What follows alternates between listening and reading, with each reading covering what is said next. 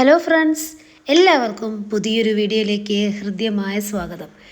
എങ്ങനെ confidence level വർദ്ധിപ്പിക്കാം, ആത്മവിശ്വാസം എങ്ങനെ ഉണ്ടാക്കിയെടുക്കാം എന്നതിനെക്കുറിച്ചാണ് ഇന്നത്തെ വീഡിയോ. ദുർബലർക്ക് തടസ്സമാകുന്ന കരിങ്കല്ലുകൾ ശക്തന്മാർക്ക് ഉയരാനുള്ള പടികളായിരിക്കും. ഇത് ആര് പറഞ്ഞ വാക്കുകളാണ്? കാർലൈൻ പറഞ്ഞ വാക്കുകളാണിവ. നിങ്ങൾ ജനിച്ച ചുറ്റുപാട് എങ്ങനെയുമായിക്കൊള്ളട്ടെ, ഇപ്പോൾ ജീവിക്കുന്ന സാഹചര്യം എന്തുമാകട്ടെ, നിങ്ങൾ അറിവുള്ളവനോ അറിവില്ലാത്തവനോ ബലഹീനനോ ബലവാനോ എന്തുമായിക്കൊള്ളട്ടെ, ഇന്ന് ഈ നിമിഷം വരെ നിങ്ങളുടേതായ ഒരു സംഭാവനയും ഭൂമിയിൽ നൽകിയതായി കാണിക്കാൻ കഴിയില്ലായിരിക്കാം. പക്ഷെ ഒരു കാര്യം നമ്മളെല്ലാവരും ഓർക്കേണ്ടതായിട്ടുണ്ട്. ഈ ഭൂമിയിൽ നിന്ന് നാം അനുഭവിക്കുന്ന സൗകര്യത്തിൻ്റെ ഏറിയ പങ്കും മനുഷ്യൻ്റെ സൃഷ്ടിയാണ് എന്നുള്ളത്. മനുഷ്യൻ്റെ തീവ്രമായ അഭിലാഷത്തിൻ്റെ, നിശ്ചയദാർഢ്യത്തിൻ്റെ, ഉറച്ച ലക്ഷ്യത്തിൻ്റെ, കഠിന പ്രയത്നത്തിൻ്റെ ഫലമാണ് നാം അനുഭവിച്ചുകൊണ്ടിരിക്കുന്നത്. അതുകൊണ്ട് നമ്മൾക്ക് ചെയ്യാൻ കഴിയാത്തത്, അതായത് ചെയ്ത മഹാന്മാരെ നാം അറിഞ്ഞ് അംഗീകരിക്കുമ്പോൾ അവർക്ക് ചെയ്യാൻ കഴിയാത്തത് നമുക്കും ചെയ്യാനാകും എന്ന യാഥാർത്ഥ്യം മറന്നു പോകാതിരിക്കുക. ജീവിത വിജയം നേടിയവർ അവരുടെ ദൗത്യം നിർവഹിച്ചത് എങ്ങനെയാണെന്ന് നോക്കിയാലോ. 24 മണിക്കൂറും അവരെന്ത് ചെയ്യുന്നുണ്ട്? ഇതേ സൂര്യന് കീഴിൽ ജോലി ചെയ്തിട്ട് തന്നെയാണ് വിജയം കൈവരിച്ചത്. വിജയം നേടാൻ പിറന്നവരാണെന്ന വിശ്വാസം അവരെ വിജയത്തിലെത്തിച്ചു. അവരാരും സമയമില്ലെന്ന പരാതി പറഞ്ഞിട്ടില്ല. സമുദ്രജലത്തിനു അല്ലെങ്കിൽ സമുദ്ര സഞ്ചാരത്തിനു വേണ്ട സാങ്കേതിക വിദ്യകൾ ഇന്നത്തേതുപോലെ ഇല്ലാതിരുന്നൊരു കാലഘട്ടത്തിൽ കടലിലൂടെ ആഴ്ചകളും മാസങ്ങളും വർഷങ്ങളും നീണ്ട യാത്ര നടത്തുവാൻ അസാധാരണ ഇച്ഛാശക്തിയുള്ള ഒരാൾക്കേ സാധിക്കുമായിരുന്നുള്ളൂ. അത്തരം ഇച്ഛാശക്തിയുടെ ഉടമയായിരുന്നു ആര്? അമേരിക്ക എന്ന പുതിയൊരു ഭൂഖണ്ഡത്തെ ലോകത്തിന് ആദ്യമായി പരിചയപ്പെടുത്തി കൊടുത്ത ക്രിസ്റ്റഫർ കൊളംബസ്. ഭൂമി പരന്നതാണ് എന്ന് ലോകം വിശ്വസിച്ചിരുന്ന കാലം കൊളംബസ് അത് വിശ്വസിച്ചില്ല. സ്പെയിനിൽ നിന്നും ഇൻഡീസിലേക്ക് കടൽ മാർഗം ഒരു കുറുക്കുവഴി ഉണ്ടാക്കാമെന്ന കൊളംബസിൻ്റെ വാദം ആരും വിശ്വസിച്ചില്ല. എന്നു മാത്രമല്ല, അത് അസാധ്യമാണെന്ന് സ്പെയിനിലെ വിദഗ്ധർ അഭിപ്രായപ്പെടുകയും ചെയ്തു. തൻ്റെ അതിസാഹസികമായ കപ്പൽ യാത്രയിലൂടെ താൻ വിശ്വസിച്ച കാര്യങ്ങൾ ശരിയായിരുന്നു എന്ന് കൊളംബസ് ലോകത്തിന് കാട്ടിക്കൊടുത്തു. ജീവിതത്തിൻ്റെ നല്ലൊരു ഭാഗം കടുത്ത ദാരിദ്ര്യത്തിലൂടെയും കഷ്ടപ്പാടുകളിലൂടെയും കടന്നുപോയി. പ്രതിസന്ധികളുമായി നിരന്തരം മല്ലിട്ട് ഒരു വെല്ലുവിളി പോലെ നീണ്ട 56 വർഷങ്ങൾ അദ്ദേഹം ജീവിച്ചു. തൻ്റെ പോരാട്ടങ്ങൾക്കൊടുവിൽ 56-ാമത്തെ വയസ്സിലാണ് വിജയ കിരീടം അദ്ദേഹത്തെ തേടിയെത്തിയത്. 2-3 കടൽ യാത്രകൾക്ക് ശേഷം അദ്ദേഹത്തിൻ്റെ ആരോഗ്യം ക്ഷയിച്ച് അസുഖങ്ങൾ പിടിപെടാൻ തുടങ്ങി. 50-ാം വയസ്സിൽ സന്ധിവാതം, നേത്രരോഗം ഇതെല്ലാം പിടിപെട്ടു. അദ്ദേഹത്തിനും സഹയാത്രികർക്കും ഒട്ടേറെ തടസ്സങ്ങളും ദുരിതങ്ങളും യാത്രയിൽ നേരിടേണ്ടി വന്നു. കടൽ സംബന്ധമായ പലവിധ അസുഖങ്ങളും, പഴകിയ ഭക്ഷണവും ഭക്ഷണക്കുറവും കുടിവെള്ളക്ഷാമവും യാത്രയുടെ പല ഘട്ടങ്ങളിലും അവരെ തളർത്തി. കൂടെയുണ്ടായിരുന്ന പലരും യാത്ര നിർത്തി തിരിച്ചുപോയി. കൊളംബസ് കുലുങ്ങിയില്ല. തൻ്റെ ഉദ്യമം ഉപേക്ഷിച്ചു തിരികെ പോയിരുന്നുവെങ്കിൽ ആരും അദ്ദേഹത്തെ പഴിക്കുമായിരുന്നില്ല. ഒരുപക്ഷെ അദ്ദേഹത്തെ ആരും ഓർക്കുകയുമില്ലായിരുന്നു. അമേരിക്കയെ കണ്ടുപിടിക്കാൻ കുറച്ചു കാലം കൂടി എടുക്കുമായിരുന്നു. ഈ കഥയിൽ നിന്ന് നിങ്ങൾക്ക് എന്താണ് മനസ്സിലായത്? അമേരിക്ക എന്ന് പറയുന്ന ഒരു ഭൂഖണ്ഡം കണ്ടുപിടിച്ച കൊളംബസിന് അദ്ദേഹത്തിൻ്റെ നിശ്ചയദാർഢ്യത്തിൻ്റെയും പോരാട്ടത്തിൻ്റെയും ആകെ തുകയാണ്. ആത്മവിശ്വാസം ഉണ്ടാകണമെന്ന് ആഗ്രഹിക്കുന്നവരാണ് നമ്മളെല്ലാവരും. പക്ഷെ അതെങ്ങനെ സാധ്യമാകുന്നതിനെക്കുറിച്ച് എപ്പോഴെങ്കിലും നിങ്ങൾ ചിന്തിച്ചിട്ടുണ്ടോ? നിങ്ങളുടെ ബലഹീനതകളും കഴിവുകളും എന്തൊക്കെയാണ്?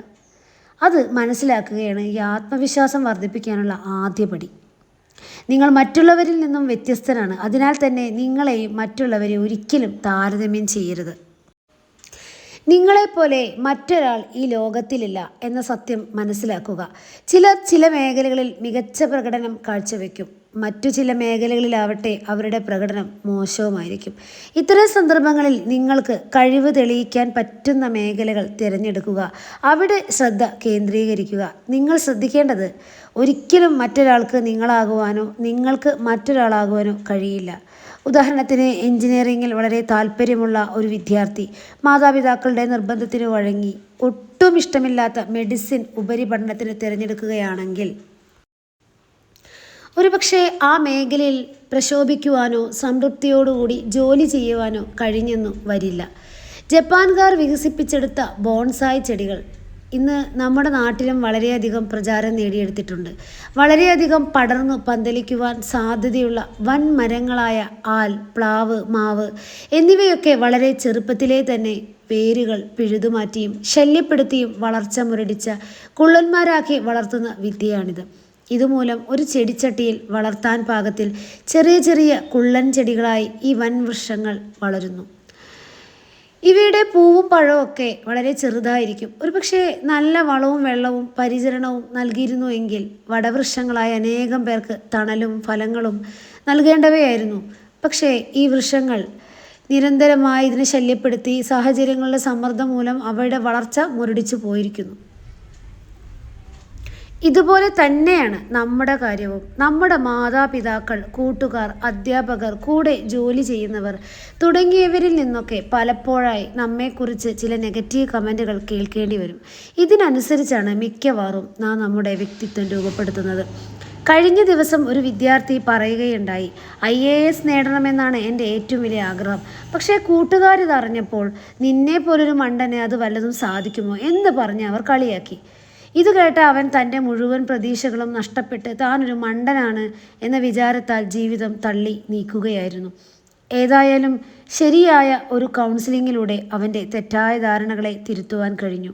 ഇപ്രകാരം സമൂഹം, കുടുംബം, ചുറ്റുപാട് എന്നിവ ഓരോ പ്രതിബന്ധങ്ങൾ സൃഷ്ടിക്കുമ്പോഴും അവയെ ധീരമായി നേരിടുവാൻ നമുക്ക് കഴിയുമ്പോൾ നമ്മുടെ ആത്മവിശ്വാസം ഉയരും. ഇത് നമ്മെക്കുറിച്ച് തന്നെ ഒരു മതിപ്പ് നമ്മിൽ സൃഷ്ടിക്കും. അപകർഷതാബോധത്തിൽ നിന്ന് രക്ഷപ്പെടുവാൻ സഹായിക്കുകയും ചെയ്യും. അങ്ങനെ ദുർഘടമായ സാഹചര്യങ്ങളിൽ നിന്ന് പോലും വളർന്ന് പന്തലിക്കുന്ന ഒരു വൻ വൃക്ഷമായി മാറുവാൻ ആത്മവിശ്വാസമുള്ളവർക്ക് കഴിയും. ആത്മവിശ്വാസം വളർത്തുവാൻ ആഗ്രഹിക്കുന്ന ഓരോ വ്യക്തിയും മറ്റുള്ളവർ തങ്ങളെക്കുറിച്ച് എന്തു കരുതുമെന്ന് ചിന്തിക്കരുത്. മറ്റുള്ളവരുടെ താളത്തിനൊത്ത് തുള്ളുന്ന ഒരു കളിപ്പാവയാക്കി നിങ്ങളുടെ ജീവിതത്തെ മാറ്റരുത്. ചെറിയ ചെറിയ ഉത്തരവാദിത്തങ്ങൾ ഏറ്റെടുക്കുക, വിജയകരമായി പൂർത്തീകരിക്കുക. അങ്ങനെ ആത്മവിശ്വാസം വർദ്ധിപ്പിക്കാൻ നമുക്ക് കഴിയും. അതിനാൽ തന്നെ പൊതുയോഗങ്ങളിൽ പ്രസംഗിക്കുവാനോ പരിപാടികൾ സംഘടിപ്പിക്കുവാനോ ഒക്കെ അവസരം കിട്ടുമ്പോൾ നോ പറയാതെ ആ ഉത്തരവാദിത്തങ്ങൾ ഏറ്റെടുക്കുവാൻ തയ്യാറാകുക. സ്വയം സ്നേഹിക്കുന്ന ഒരു വ്യക്തിക്ക് മാത്രമേ ആത്മവിശ്വാസത്തോടുകൂടി ജീവിക്കാൻ സാധിക്കുകയുള്ളൂ. എന്നെക്കൊണ്ട് ഒന്നിനും കൊള്ളില്ല, ഞാൻ മോശമാണ് എന്ന് പറഞ്ഞുകൊണ്ടിരിക്കാതെ ഞാൻ മിടുക്കനാണ്, മിടുക്കിയാണ് എന്നൊക്കെ പറഞ്ഞു നോക്കിക്കേ, വലിയ മാറ്റങ്ങൾ നിങ്ങളുടെ ജീവിതത്തിൽ ഉണ്ടാകുന്നതായി കാണാം. സ്വന്തം ജീവിതത്തിലുണ്ടാകുന്ന തെറ്റുകുറ്റങ്ങൾ പൊറുക്കുവാൻ സ്വയം സ്നേഹിക്കുന്ന ഒരു വ്യക്തിക്ക് മാത്രമേ സാധിക്കുകയുള്ളൂ. പലപ്പോഴും നമ്മൾക്കുള്ള ബലഹീനതകളെ ഓർത്ത് വ്യസനിച്ചിരിക്കുന്നത് കൊണ്ടാണ് നമുക്ക് ആത്മവിശ്വാസം നേടുവാൻ കഴിയാതെ പോകുന്നത്.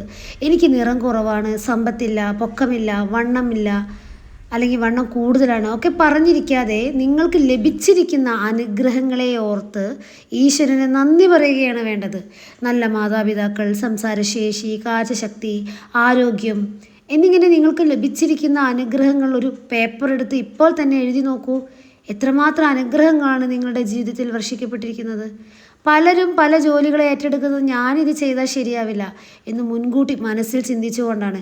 ഇവിടെ നിങ്ങൾ മനസ്സിൽ നൽകുന്ന നിർദ്ദേശം നിങ്ങൾ ചെയ്യുവാൻ പോകുന്ന ജോലി മോശമാകും എന്നതാണ്. തന്മൂലം നിങ്ങളറിയാതെ തന്നെ നിങ്ങളുടെ മനസ്സ് ജോലി മോശമാക്കുവാൻ ശ്രമിച്ചുകൊണ്ടേയിരിക്കും.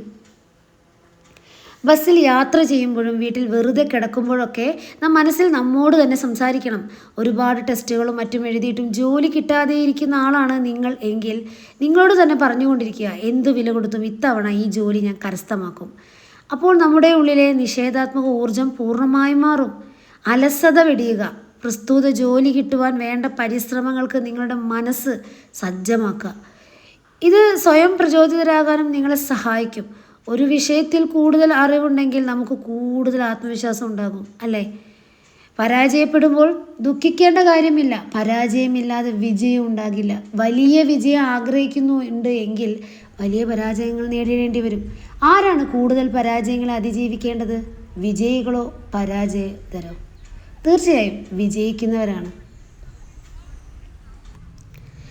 എഡിസൺ ടങ്സ്റ്റൺ ഫിലമെൻ്റ് കണ്ടുപിടിക്കുന്നതിന് മുൻപ് 10,000 പ്രാവശ്യം പരാജയപ്പെട്ടിട്ടുണ്ട്. ഓരോ പരാജയവും അദ്ദേഹത്തെ ലക്ഷ്യത്തിലേക്ക് അടുപ്പിക്കുകയാണ് ചെയ്തത്.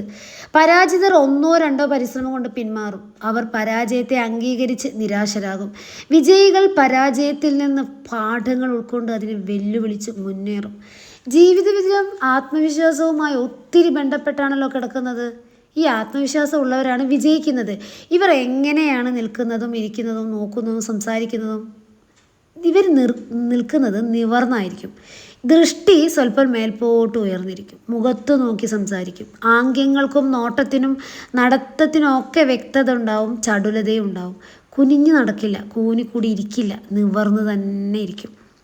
തല താഴ്ത്തി കൂനിക്കൂടി ഇരിക്കുകയോ നിൽക്കുകയോ ചെയ്താൽ എനിക്കൊന്നും ചെയ്യാനില്ല, എനിക്ക് കഴിവില്ല എന്നൊക്കെയുള്ള നിർദ്ദേശങ്ങളാണ് ബ്രെയിനിലെത്തുക. മസ്തിഷ്കം ക്രമേണ നിങ്ങളെ ഒന്നിനും കൊള്ളാത്തതാക്കി മാറ്റും. പേടിത്തൊണ്ടനും പേടിത്തൊണ്ടിയുമാക്കും. നിവർന്നിരിക്കുക, നിൽക്കുക, ചുറുചുറുക്കോടെ നടക്കുക, മുഖത്ത് നോക്കി സംസാരിക്കുക, ദൃഷ്ടി മേൽപോട്ടുയർത്തി പിടിക്കുക. അപ്പോൾ ജാഗ്രതയുടെയും ആത്മധൈര്യത്തിൻ്റെയും നിർദ്ദേശങ്ങൾ നിങ്ങളുടെ മസ്തിഷ്കത്തിൽ എത്തിച്ചേരും. ആ രീതിയിലൊക്കെ നിങ്ങളായിത്തീരുകയും ചെയ്യും. സിമ്പിൾ.